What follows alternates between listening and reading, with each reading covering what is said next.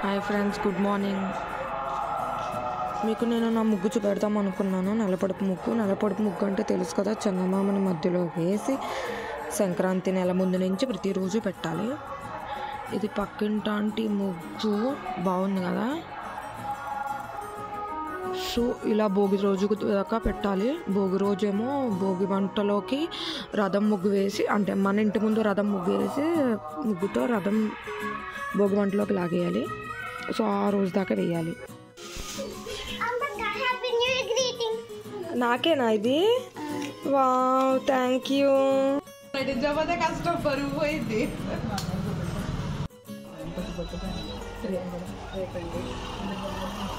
So friends, ఏంటి ఊరు అంతా తిరుగుతున్నా అనుకుంటున్నారా? ఇందాక గ్రీటింగ్ కార్డు ఇచ్చింది కదా మా చెల్లి.